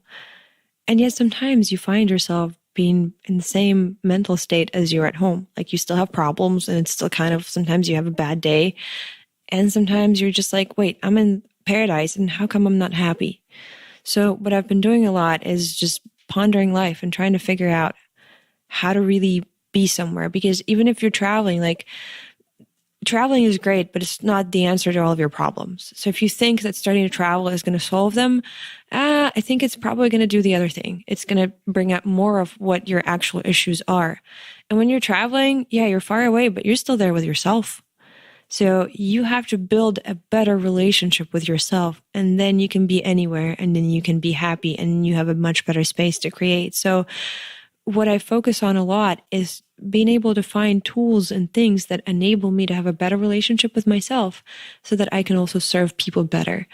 And that has been a lifelong journey, just figuring out how to be happier, how to really enjoy life, how to be more in the moment. And I'm an A-type control freak. Like I really like to be in control. And that's one of the reasons I worry a lot, because that's your brain's attempt to control the future. Worrying is exactly that most useless thing. Doesn't help at all. But when you worry, you think that because I worry, I'm somehow going to, have this grip on how the future is going to turn out. So learning to undo all that has been something that I'm still working on. And then relationships too, like relationships with people, relationships with yourself. Relationships are the single most complicated thing on this planet. So I think we got to learn to figure them out a little bit better than we have been. I mean, like our world could use a lot of like improvement when it comes to relationships. We're struggling with community. We're struggling with family. We're struggling with love and friendship. How do you do all that right? How do you do all that better? And for me, it's just been trying to figure out how to be a better friend and how to undo some of my own demons of like where, what I want and what I don't have, and struggling with, like being able to get over suffering because of what I don't have and focusing on what I have. And that seems easier said than done somehow. For sure. One of the things that I think a lot of people, whether they're in the nomad lifestyle or they're thinking about it, a lot of people have questions about a lot of things, which I think are super valid questions. For example, with regard to relationships in the nomad, kind of the itinerant digital nomad lifestyle, how do relationships work? How does love work? How does all that kind of stuff work in a digital nomad lifestyle? And I'm wondering about your thoughts and reflections on that. Yeah, of course. Here's the thing though. I've always been a person who's always wanted a family, like relationships and having a partner, and especially like having a romantic partner is great. I love being in a very deep, real quality relationship. But with this lifestyle, and actually, the funny thing is in LA, I can't say that I was able to find better quality relationships than I do in this nomad lifestyle. But then you have a problem, locations. And that has been a big issue because, like you meet somebody and you really connect and it's great. But the logistics, of course it's great if you can both travel to the same places, but what if they're not location independent? And you don't get to a point where you really get to know each other enough to like know whether you want it to be something big and serious. So I think also we have this mindset, right, where we think that we're taught to think because of millennia of our history and millennia of needing to only have one partner because family and survival. That's how you do that. Like if you're taught to think that you can only have one partner, one lover in your life because, you got to know where your kids came from. All of that is just based in survival. But the thing is, it doesn't serve us anymore. We're different. The world has changed, but our brains and our software hasn't. And I'm sure a lot of people are going to be like, whoa, whoa, whoa, whoa, woman, what are you trying to say here? And as a person who's also like, I was raised in a pretty religious environment where I was taught that, like you just have this one person. But I also know a lot of people who are very damaged by that belief. Because what if that person doesn't come? And I know like you got to let go and trust God and this and that. But also my beliefs have changed a lot, and my understanding of God and a relationship between the divine and you has changed a lot. And I'm sure a lot of people will disagree with me, but this made me a much happier person. And when it comes to relationship, my current belief is that deep, profound connection and care for each other are more important than trying to cling on to something which you hope is going to be forever. And honestly, we all really hope that we're going to find a forever relationship. But the truth is most people don't. And even though we find somebody that's profound and that's incredible for us, sometimes it's going to end. Either you're going to go your separate ways or one of you is going to, well, pass away. That's how life works. So being able to transfer this belief of, I got to have forever, and that's the only way I'm able to be happy, and that's the only way I'm able to enjoy it, to I'm able to enjoy this incredible connection without having to have forever. And it's not an easy thing to do by any means, because we have this mechanism. Remember, like that old brain, like, right, clicking in, you still have a brain that's trying to save you from the saber-toothed tiger. So your brain is not geared towards trying to make you happy. It's geared towards survival. It's geared towards survival and procreation. Those are your two basic functions. But our world is different. We don't really have to think about food and safety and shelter all the time. We have a higher hierarchy of needs now. Like, we're in a completely different set of things, but we still have this old brain that thinks in those old terms. So it's our job to re-upload new software and constantly to upgrade that software. And you do that through introspection, through analyzing your motivation, through analyzing your life. And I have a lot of tools that I came up with for myself that I hope eventually I can formulate and share with other people. But I think one of them is being able to focus more on now. Of course, you're building your future. But when it comes to a relationship, if you're with somebody and you're constantly worried because you know it's probably not going to last forever, that's going to damage this relationship. And also just thinking like, oh no, I just have to have this one person. And if this person's not my one person, I can't share something beautiful with them. That's not true. I'm also not saying like, go and sleep with everyone, unless that's your thing. If you want to do that, then by all means, if you can be happy while doing that and be in a place where you're in balance with yourself, then sure. But for most of us, it's a very hard thing to do. And I think especially women, because we're geared towards, our brains are made to find a partner, keep a partner, because you need to raise offspring. That's how that thing works. That's why we're very concentrated on like finding that one person. But if you're able to let go of that and be able to enjoy a connection, but the thing is, it does have to be there for both of you two. If you're both able to fully give all of your love to that one person in that moment, you create an amazing moment. And it's a skill, honestly. It takes some time to be able to get there. And one of the ways I do it is I'm just more open towards that. And I'm putting my vulnerability out there. As Brené Brown says, vulnerability is the core of fear and shame, but it's the birthplace of love and belonging. So you're not going to have love and belonging unless you're able and willing to face the fear and shame. But we're going back to that failure talk.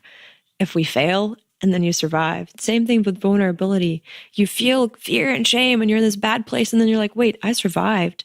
And I put myself out there, and I give myself a lot of brownie points, even if I fail. Like if I try something and it doesn't work, I still give myself a pat on the shoulder and say, good job, Lydia, for trying. So just being able to be there and be open and offer your love to people, whether it's platonic, whether it's romantic, whether it's any kind of love, because when you're in the state of love, you can do amazing things. You're happier, you're grateful, you're able to forgive, you're able to get over things. And being in the state of love takes a lot of work. And you need to also love yourself before you can love anybody else. Because if you can't truly love yourself, if you can't let go of, we have a lot of stuff built up in us. Most of us have a lot of baggage because we're traumatized through so many different things. And a lot of times we talk to ourselves in a way that we would never talk to another person. That's also something that's worth changing. Like when you have that conversation in your head, why don't you just talk to yourself the way you would talk to your best friend and give yourself that love and respect too? But when you're in that state of love, everything is possible. You can change the world. You can do whatever you need to do. You can forgive. You can grow. And I think that should be everyone's goal, to be able to love more, whether it's yourself or anybody else or the planet, because that's going to make us a much better planet and much better species. That's so awesome. I love reading your writing for exactly these reasons. That's why I wanted to make sure that we talked through some of this stuff here. It's so awesome. And one of the things that I think is important that you said also, and getting back to sort of these logistical questions about relationships that a lot of people have with regard to the nomad lifestyle, and reflexively like, oh, that's different. Doesn't it make it hard to, X, Y, Z? Yeah. One of the things I think is really important that you just said is that, well, it's not necessarily any harder than it is dating in Los Angeles, to find, whatever it is that you think you're looking for is not necessarily easier if you're in one city or one sedentary place. And I think that, in the nomad space, the other thing I think just logistically speaking is that most of us are, able to leverage and exercise our location independence in ways that give us actually a lot more flexibility than most people have to make certain things work. So first of all, we have options of a much broader range of people, that can come into our ecosystem and our social world and be able to interact with and meet from countries all over the world, not just from our local town, first of all. Second of all, we're able to insert ourselves into specific types of communities with people that have similar values and similar passions and similar aspirations. So we're actually able to get a higher percentage chance of meeting people that have a lot of those overlapping, core values and passions, right? In terms of compatibility stuff. And then logistically, if we are location independent, we have that greater flexibility to be able to say, okay, we can either, and, I've been in relationships that have worked on different models, right? Like I've traveled with a relationship partner for years, right? Traveled the world together as a couple for years. There's that model. I've been in relationships, where the other person is not location independent like I am.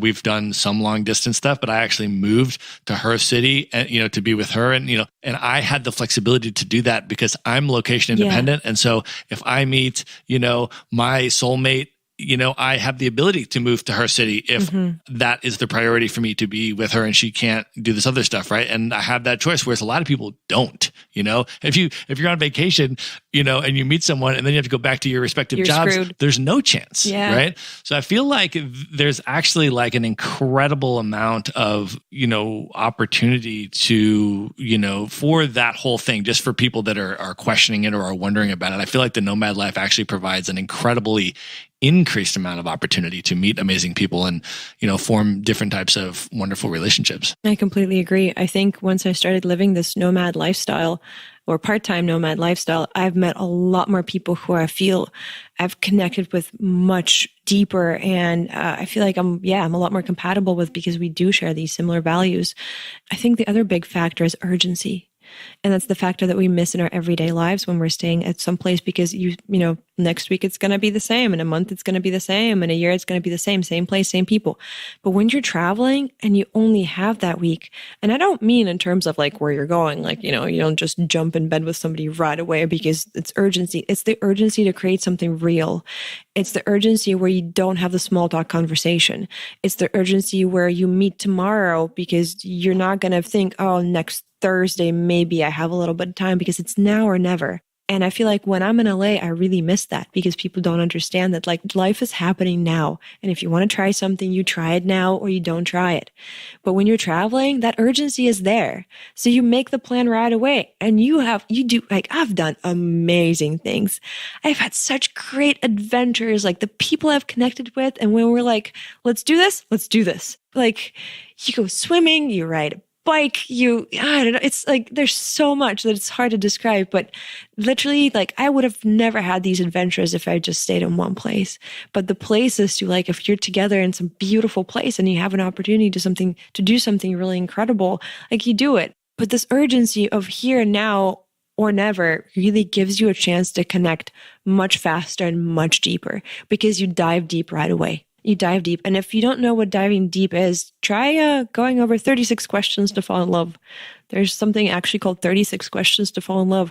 And you don't necessarily fall in love, but that's how you really deeply connect with somebody because you basically, it's not magic. It's something that just fast forwards you through something that you would normally do through the course of a relationship in maybe a month or two. And then you answer these questions and all of a sudden you care for the other person because you know them on a personal level, because you've shared vulnerable, deep moments with them, because all of a sudden you feel like they've seen you naked, your soul naked, and you've seen their soul naked. And that's how you can form those real bonds. That's how you care about people. That's how you get them to care about you too. But you got to be in that space that's open for it. But just imagine that all of us, every person would be that open to new, beautiful relationships. And we would let people in on that scale. Like, what kind of world would we have? We would all of a sudden really care about each other. Right? That's awesome. I also want to ask you about your take on materialism and detaching from material items, but also the concept of having nice stuff. Like one of the things that, I do a presentation on minimalist packing about how to travel the world for a year plus with carry-on luggage only. I remember, I've seen it. It was a great presentation. Thank you.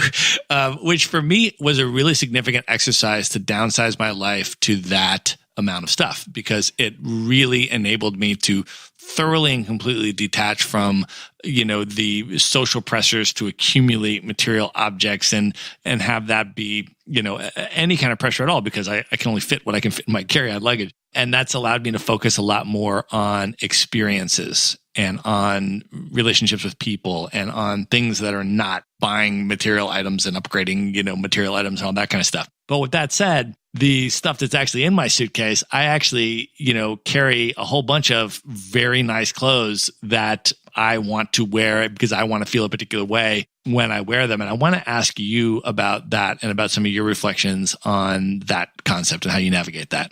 You just said the key phrase, feel a particular way. Here's the thing about the material stuff. It's all tools.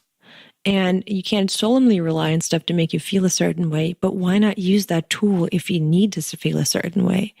Sometimes you put in a pair of heels and all of a sudden your back is straighter, you feel more confident, you feel like you can go and conquer the world. And it's important to be able to give yourself that stuff. Now, I'm by no means encouraging the culture of just like usage, because you want to be very tactical about what and how you buy. And it's better to invest in something that's good, that's going to last and serve you. But it's important to understand that physical stuff does matter, because we have a physical body. And that's how it works. There's a mind-body connection. So that's why it's important. How do you feel? Like you feel much better when you work out that way, because you feel good about your body. You can use physical stuff in the same way. Like for my friend Julia and I, we do have a very big, important thing about having comfort. So for example, when we go to Burning Man, or this time to Africa Burn, we got string lights. Like we got beautiful string lights to hang in our tent so that it's cozy, because coziness is a big priority, because that makes us feel safe and good, and like a cup of tea. Like it's important for me. Like I actually travel with my spice kit and truffle oil, because very beautiful food is important. And I make it a ritual. I love the cooking. I love like the serving. And same way, an item of clothing. When I was in Buenos Aires, I was doubting whether I should buy tango shoes. And I think that's I wrote a post about it, and I think that's the one you read. And I was in doubt because they're kind of expensive, and I didn't know whether I was going to be using them more. I didn't even know if I'm going to keep continuing to tango. And then at some point, I made the choice that like, I want to buy the shoes. So I went to this place, and I really crafted the time on like my last day. And I went to this shop with, oh my God, that was shoe paradise. Total shoe paradise. You walk in and it's just this big empty room with chairs, and they come and they ask you for your size and for what size heel you want. And then they bring you all these pairs of shoes in your size. Oh man, shoes. There's just something about shoes. But the cool thing is when I bought these shoes and I actually ended up buying like a main pair and a backup pair, because that was the moment I realized I'm definitely going to be using these shoes, which I have been. I've been making the best out of them.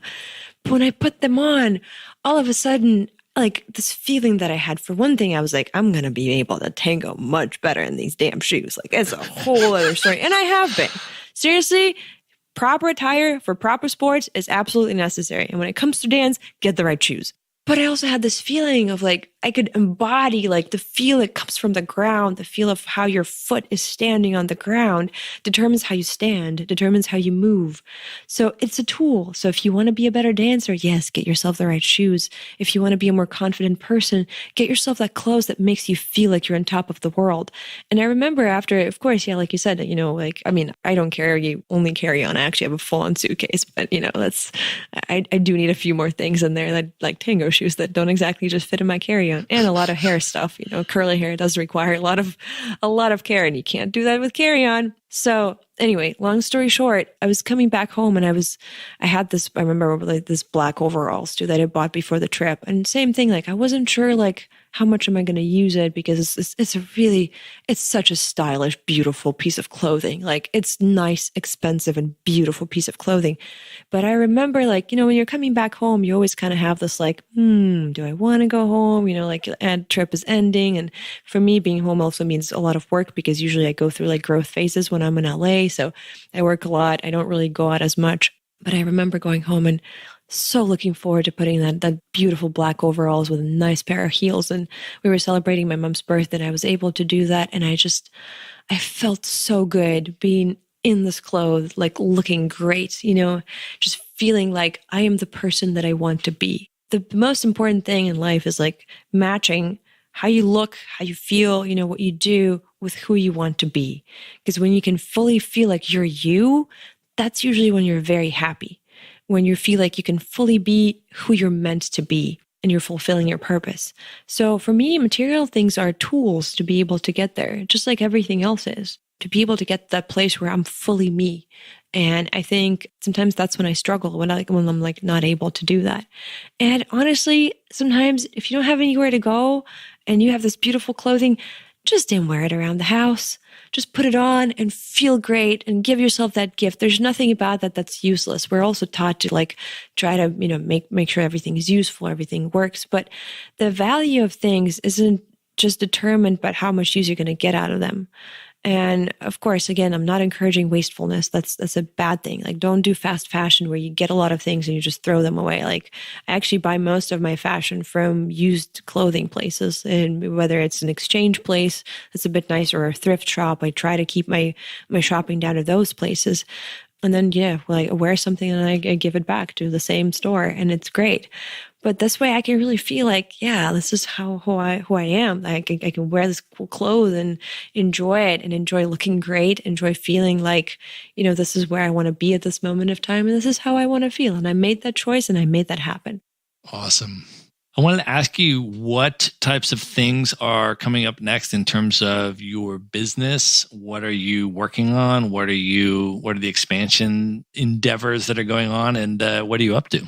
Oh, thanks for asking. Well, one of the things that I'm very excited about is I'm working on a boudoir division for our business, which is a fairly new division, but I started building up the portfolio and doing these shoots because I feel like for me, it's also a chance to give back to people. And when they're in some of their most vulnerable states, when you're not wearing much clothes or not at all, it's hard to let go of that. And actually, it's funny because I've also had to go through that journey myself. Like, how okay am I with nudity? Like, how much okay am I with feeling like I'm not wearing any clothes? And I actually really understood that I really like not wearing any clothes. It's very, very liberating. And being able to not be ashamed of any part of your body is also a great gift. And I kind of wish that more people realized how wonderful it can be to just love all of your body. And I think boudoir is a thing that's able to do that. It's able to give yourself a way to see yourself as if you are on that magazine cover, as if like, how beautiful can you be? How romantic and sexy can you be? And I think especially for women, that's a problem a lot of the times. Most of us have a very serious issue with like body image. I'm sure a lot of men struggle with that too, but I think it's because I am a woman, and I have this body, I can better relate to women. So I'm going to start there and then I'm going to expand to wherever it goes. But I want to be able to do that. I want to give this gift to women of being able to see themselves in a very beautiful way. And I think it's a two-part journey. Like, it's me being able to take a picture of them when they look really great, but also some of them being able to let go of like not liking certain body parts or like being able to see them in different light. So it's a two-way street, and it takes an effort from both parties. But I'm excited to also make that, like, I want to do the same thing with it. I want to learn it really well. I want to create a system, then teach other people to do it and create either a separate company or another division of my business. And then thinking of eventually also going to other cities, like not just Los Angeles. We've got this beautiful system already. So now I'm perfecting it. I'm creating even more training courses, both for our couples. We just created a training course that helps people to understand how to get married properly, because nobody really knows how to do that. And people make a lot of mistakes that they later think, oh, wish I knew this before. So doing these things. And then I also have a couple more projects that they're not fully ready for me to really talk about them, but I am thinking of getting into other industries as well and learning new things. Because I think, photography is great, but usually I have to kind of change something that I'm doing every 5 years. So I want to learn other industries as well and maybe get better at those. Yeah, maybe actually some real estate. So just putting it out there. We can talk. Yeah, we can talk for sure. That's awesome. Lydia, do you have a morning routine? I want to ask, about sort of your day structure. So first of all, about morning routines, and then also, any productivity tips that you have for structuring your day when you're trying to be really productive in building businesses? For sure. I think a morning routine is imperative. I haven't always had a morning routine. Moreover, I'm a very big night owl. And I used to think that's the only way I can function. And then the funny thing is, very recently I understood that no, I can actually be a morning person if I choose to. It just depends on what I need more in my life at that moment of time. Because if you're a morning person, you get tired in the evenings faster and you're not able to stay up and talk to people. And in some situations, it's better to have your evenings. And for example, now I'm doing some work for my company, so I'm having to stay up late to be in American time. But the morning routine that I usually do is I wake up and do a meditation. After I do my meditation, I have a short workout routine. I do a 3-minute plank and a few other exercises. I do some breath work, and then I cook my breakfast and I watch either a TED Talk or another type of a YouTube video that gives me a condensed but strong amount of useful information. And then the stuff that I learn from there, I implement in my life. I make that into tools. If it's something that tickles my interest, I read more about it. A lot of TED and TEDx talks, but those are a hit and miss. So sometimes it's easy to also get on a TED talk, but it maybe not be that great. I really love a channel called Productivity Game. It's a condensed version of books. And then that's how I can also see what I want to read next. Really, really cool videos. Or there are a lot of videos that are going to give you really great information. And then, if you're interested in that, you discovered more. I make notes. I actually make notes in the videos that I watch because I forget otherwise. In my phone, I have structured lists of a few things that I've picked up from videos, and you will forget the videos. So I make a note of which ones I want to keep and rewatch in the future, which may be useful. And I think that has really, really helped me a lot. And at some point, I also had a short Spanish lesson that was following my daily routine. But right now, I realize unfortunately, I'm not able to do that because I need my time for other things. So everything in life is about prioritizing. So you want to just really strongly determine what your priorities are and then base everything on those priorities. And I think morning routine is the same way. What's the most important thing for you? For me, it's being able to kind of be there with myself for a second. The meditation really helps to kind of break off from this rush. It was a really big struggle to unlearn looking at my phone first thing in the morning. That can wait. That can wait. Give yourself the time. So when I do the meditation, a lot of the times when I do my morning routine, I would not even look at my phone. But I can only do that when I know that when everything in my business is working, when we're in maintenance phase and I don't need to be doing any growth, when I'm not training anyone, when everything's working, that's something that I'm able to afford to do time-wise. I know sometimes that's also not possible. So then you want to just, again, prioritize and see what's the most important thing. But meditation is imperative. If you don't do anything at all, I recommend figure out one thing that's going to help you to just get away from the routine and from the constant chatter in your head. Get away from that. Learn to just break that off so that you can have a fresh perspective, because then you can start with a new look. You break away, you can look again at the problem, and all of a sudden the problem gets solved because your brain is an incredible tool. It can do so much, but you got to allow it. You got to learn how to gear your brain towards what you want to do now and give yourself the tools to do it. So it's a tool, but if you don't pick up the tool and use it, it's going to be useless if it's laying around there. So don't let your brain lay around there. I love that. Awesome. All right. Lydia, at this point, are you ready for the lightning round? Da da da da. I am ready. Let's do it. The lightning round. All right. You just named one of your favorite video channels on YouTube that you typically watch. Let me ask you now for one book that you would recommend that perhaps has significantly influenced you in your life. Yep, it's a book that everyone should read. It's a book called Mindset, The Psychology of Success by Dr. Carol Dweck. I think it's a prerequisite for everything in life because she teaches you of what kind of mindset you need to adopt to be able to do anything. I can't say that it's the most exciting book, to be honest. It's really useful, especially if you're a parent. I think that book gives you a lot of insights on how do you give your kids the right mindset. But it's great for everyone. It's literally, it should be mandatory for every human being on the planet. Read the whole book. It gives great examples. Because when I tried to read it twice. First time when I started reading it, I put it down because I was like, I know all this shit. It's easy. I mean, come on, mindset. I know how to make this right. And then the second time when I read through the whole book, it gave a lot of great examples, which I didn't think to apply to those examples. So make sure you read the whole thing. And if you've come across a boring part, just hang in there. It's going to get better.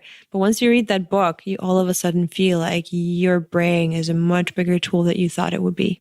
All right. If you were able to go back in time now, knowing everything that you know and everything that you've learned up to this point in your life, and you're able to give one piece of advice to your 18-year-old self, what advice would you give to 18-year-old Lydia?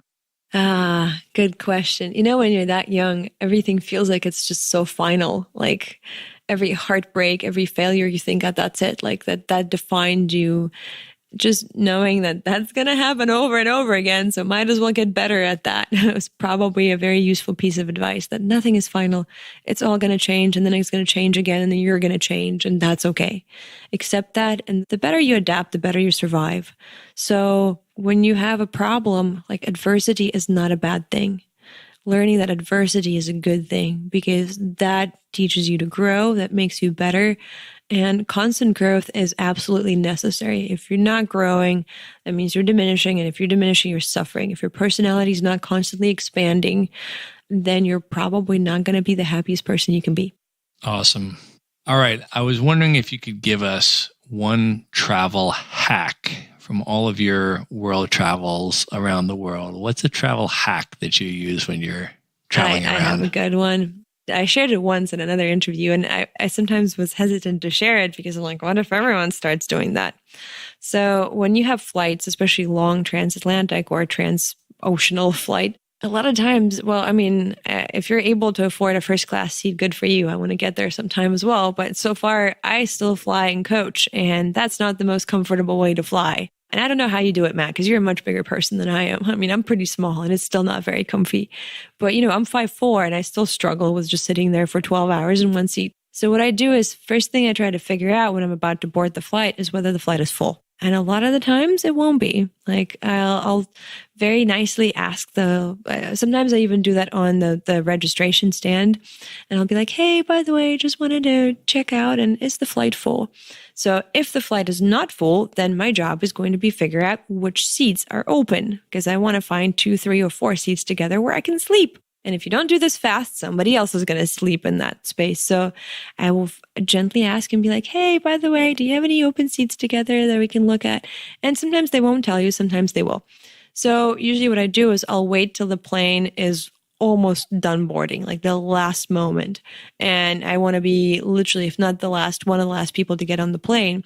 And then what I'll do is, you'll always have your seat. You don't have to necessarily go to your seat right away.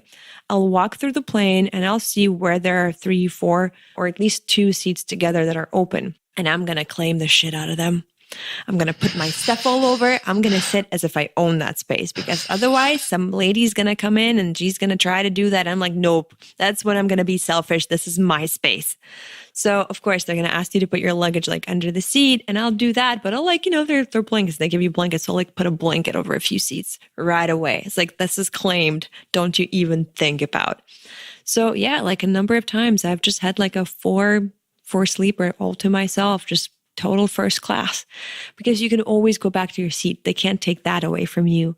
They're also not going to like kick you out if you're not causing any trouble. So yeah, I'll just gently claim the seats and like, of course, strap in there for takeoff. But the moment I can strap out of takeoff, I can strap out of my belt, and that seatbelt sign disappears. I'm going to put my stuff all over that, claim the seats, and then sleep. That's awesome. All right. You've been to 37 countries now, and a lot of different places within those countries. What are your top 3 favorite travel destinations of all time? God, I hate that question. I just absolutely do, because it's so hard to choose. It's so hard to choose. See, travel really depends on what you're trying to do. So it's important to travel to destinations that are conducive to what your goals are and your priorities are. But for me personally, because some places may be absolutely magical naturally, but people aren't that great, or it's just harder to connect. I found that to be the truth in Greece. But for example, it was kind of hard for me to connect with the locals. because they're just like, they're out, but they're sort of out together a lot. So I connected with friends a lot, but not so much locals. But as far as top three, all right, well, let's see. I have to say, this place we're in, Cape Town, is, I would say, naturally, definitely in the top. Like, it's, oh my God, it's incredible scenery. Just mind blowing. Like the rocky cliffs, the mountains, the nature, the flora. Like the flora is just wow. I mean, South Africa, beautiful. And people like for ages, I didn't even consider Africa. I was like, well, that continent I don't know much about. And I'm starting to discover Africa. And boy, Africa rocks. It's amazing. And I'm so excited to keep traveling this amazing continent. And people too. In Cape Town, so, they have the history of apartheid, and it's such a painful history. And for some reason, when I was coming here, I expected to see a lot more hatred, like a lot more like, oh, I've been met with all this kindness. People are so nice. I've seen nothing but helpfulness and kindness since I've been here. Like, everyone's trying to help. Everyone's there for you. And yeah, I mean, there's still, you can see the hardship and you can see where the divide line is. But I was just blown away by how cool and nice people are. And also everyone speaks English, and that makes things easier for sure. So yeah, South Africa, I think is a big one. And wineries. My God, have you seen the wineries? I've been to a lot of wineries around the place, and I'm a big, big lover of wine. This place, the most beautiful wineries I have ever seen so far. Like, oh my God. Okay, I can talk about this forever. I'm going to switch to the next one. All right, let's see. What else is there is beautiful? I mean, there's a lot of places in Europe, but everybody else is going to tell you about that. So, like Europe is great, but I would say Argentina, Buenos Aires. I had a great time there. It's so cool and chill. And like, not all of the areas. We stayed in Palermo, Soho. So I would say that area was probably like my like little paradise in Buenos Aires.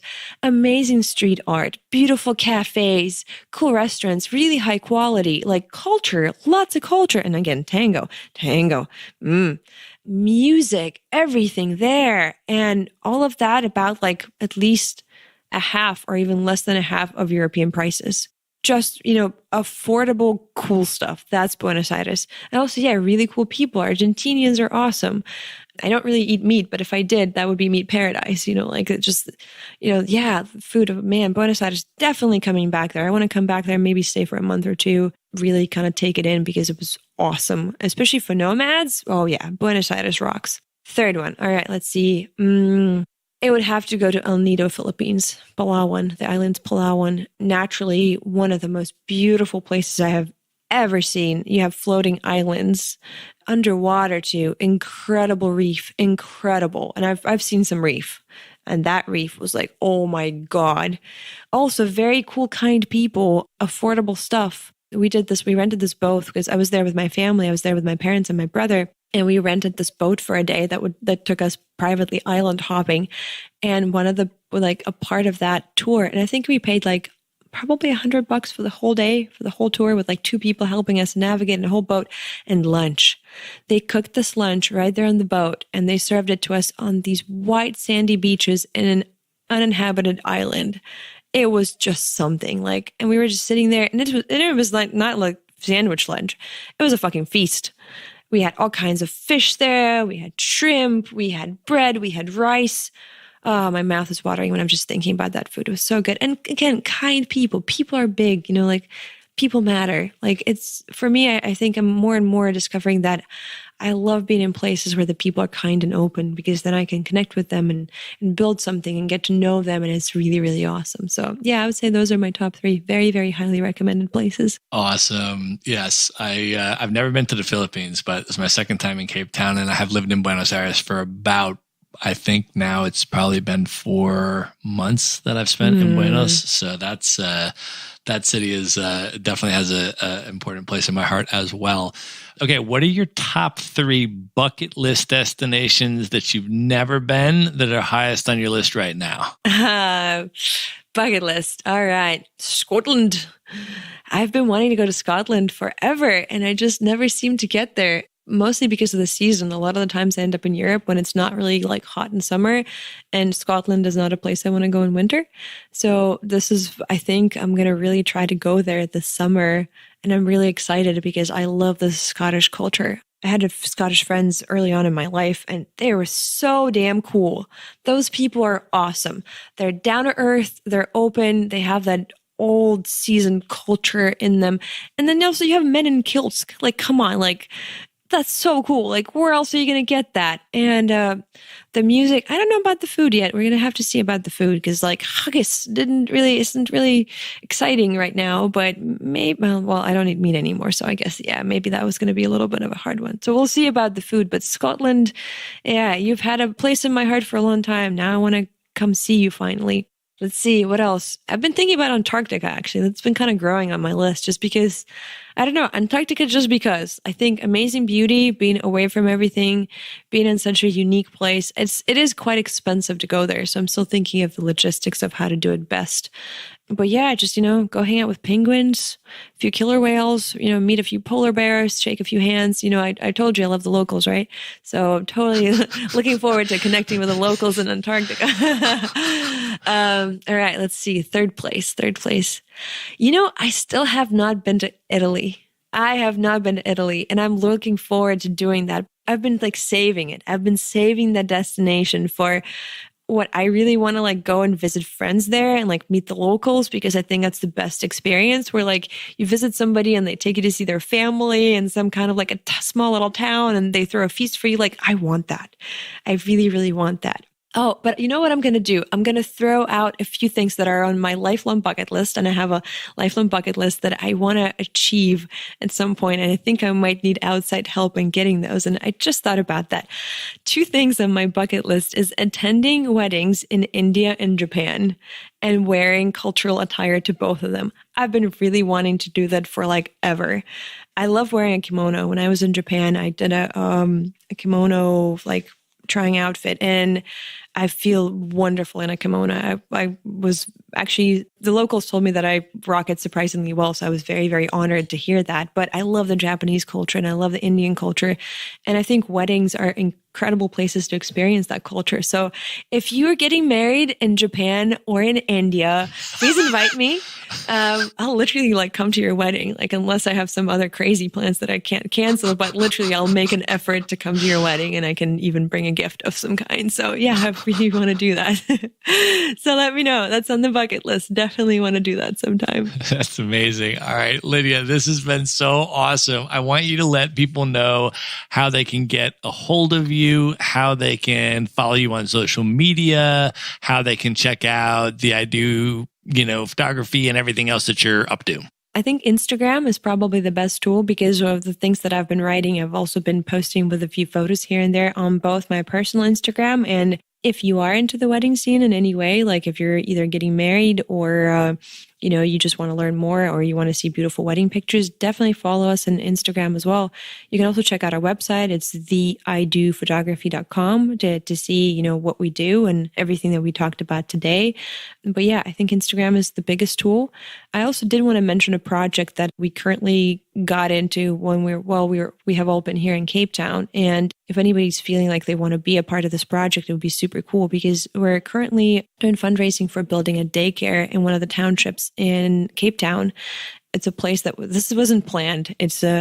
We went there and we met this amazing woman, Nasife, who started a daycare in her own house, if you can call it a house, in a township, which is basically the slum, I guess, in a way, or some parts of it are quite a slum because it's houses built out of whatever they could find. It's a lot of plywood. It's just whatever could be used. And it was heartbreaking to see what conditions people live in, but it was very uplifting to see how happy they can be living in places like that because the community there, I think, is going strong. But yeah, the daycare that's happening right there was literally built out of leftovers of a set of a TV show, Black Sails. They filmed it in Cape Town, apparently. And some plywood and just anyway, that's not a place for kids to live like that. So, or to be there. And she's taking care of kids for 12 hours a day sometime. And the most important thing about that daycare, it's called Little Leaders. She's starting to give them education early on. They're learning stuff. They're taught to take initiative, to learn how to take the most out of the resources that they have. And I was amazed. And we all thought, if they could do this with the little that they had, like what's going to happen if we give them more resources. So we want to build that daycare, and we're raising, I think, about $18,000. We already raised about $5,000. So we still have a ways to go, and we want to build them a normal building because then she can get government funding and it's fireproof. So it's safer.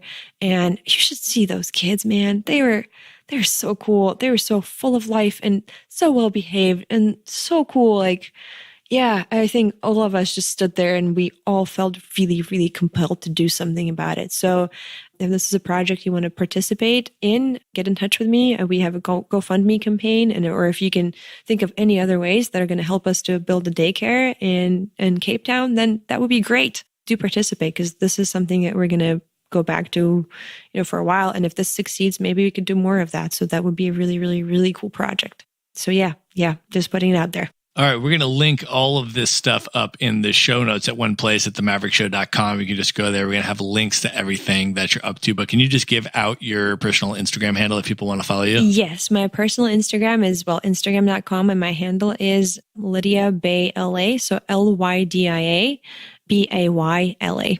Okay, and we are going to put a link for that in the show notes, so you can just go there and click on it. And by the way, I strongly encourage everybody to follow you on Instagram, because your Instagram is amazing. Thank you, Matt. Thank you for letting me share. This was an amazing experience, and I'm honored to be a guest on your show. I think what you're doing is incredible.